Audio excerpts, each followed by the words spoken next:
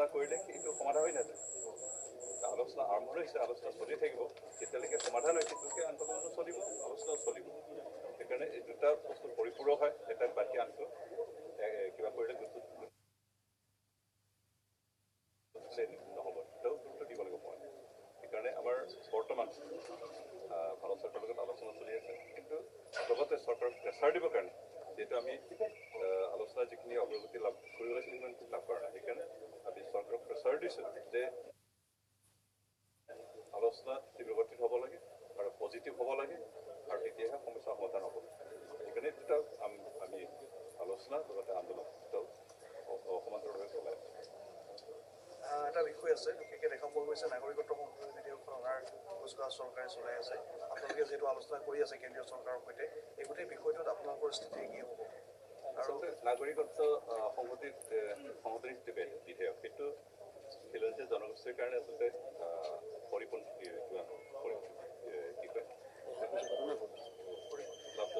হয় আৰু সেইকাৰণে যিহেতু নাগৰিকত্ব সংশোধনী আইন হ'লে বিদেশী মানুহ ৰক্ষাৰ ব্যৱস্থা হ'ব আৰু তেতিয়াহ'লে অসমৰ যিখিনি খিলঞ্জীয়া জাতি জনগোষ্ঠী আছে তেওঁলোকৰ সংখ্যা তাকৰ হ'ব মাইনৰিটি হ'ব আৰু তেতিয়া আইডেণ্টিটি ক্ৰাইচিছ আকৌ দুগুণ বাঢ়িব এতিয়াই আছে আইডেণ্টিটি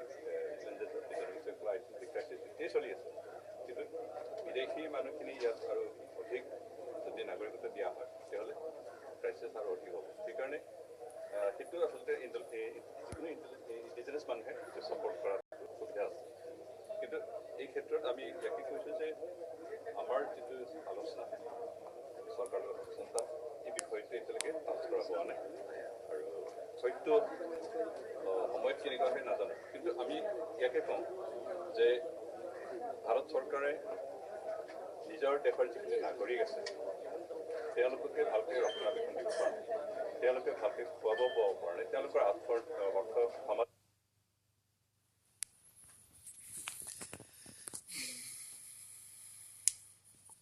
দিশত ভালকৈ খন ধৰিবৰ কাৰণে ব্যৱস্থা দিব পৰা নাই আৰু তেনেকুৱা এখন দেশে বিদেশী আঁকোৱালি অনা মানে নিজৰ যিখিনি নাগৰিক তেওঁলোকক সম্পূৰ্ণৰূপে তেওঁলোকৰ অস্তিত্ব নাইকিয়া কৰাৰ নিচিনা হৈছে শেহতীয়াকৈ দেখা পোৱা গৈছে আলফা স্বাধীনভাৱে বা অন্যান্য অগ্ৰগতিৰ নেতৃত্ব সংগঠন যিখিনি আছে তালৈ নতুনকৈ আকৌ সদস্য ভৰ্তি অভিযান চলি আছে অসমত এই ক্ষেত্ৰত আপুনি ভাবে নেকি যে সাম্প্ৰতিক পৰিস্থিতি বিশেষকৈ আপোনালোকৰ লগত আলোচনা চলি আছে আলফাৰ লগত আলোচনা চলি আছে অন্যান্য ব্যক্তিৰ সংগঠনসমূহৰ লগত আলোচনা চলি আছে আলোচনা দীঘলীয়া প্ৰক্ৰিয়াটো এটা কাৰণ বুলি আপুনি ভাবে নেকি আচলতে আলোচনা চলি থাকোঁতে নতুন ৰিক্ৰুটমেণ্ট হোৱা এইটো ক্ষেত্ৰত চৰকাৰৰ স্থিতিৰ ওপৰত নিৰ্ভৰ কৰে চৰকাৰে যদি আলোচনাটো সম্পূৰ্ণৰূপে আন্তৰিকতাৰ সমস্যা সমাধানৰ স্বাৰ্থত যদি কৰে তেতিয়াহ'লে নতুনকৈ ৰিক্ৰুট কৰাৰ কোনো অৰ্থ নাথাকে বা তেনেকুৱা পৰিস্থিতি নাহে কিন্তু যিহেতু আলফাৰ আলোচনা আৰু আমাৰ আলোচনা যথেষ্ট দীৰ্ঘদিনীয়া হ'ল আৰু দেখিছে বিশেষকৈ আলফাটো দেখিছে যে আলোচনাৰ যোগেদি একো সমাধান নহয় সেইকাৰণে তেওঁলোকে আন্দোলন চলাই দিবৰ কাৰণে নতুন লোকক ৰিক্ৰুট কৰাৰ কথা চিন্তা কৰিব লগা হৈছে কিন্তু আমাৰ ক্ষেত্ৰত আলোচনা যদি দীৰ্ঘদিনীয়া হৈছে আমি যিখিনি আমাৰ দাবী এই দাবী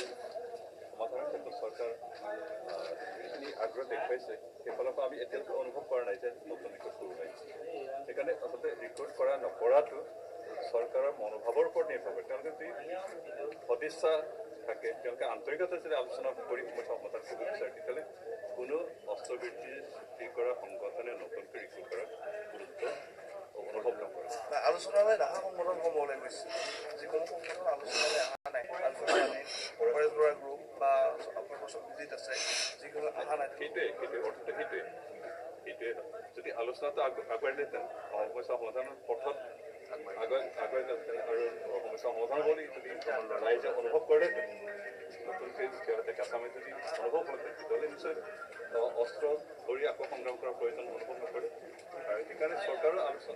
বিশেষ মনোভাৱৰ ওপৰত নিৰ্ভৰ কৰে ঠিক আছে আমি এনেকৈ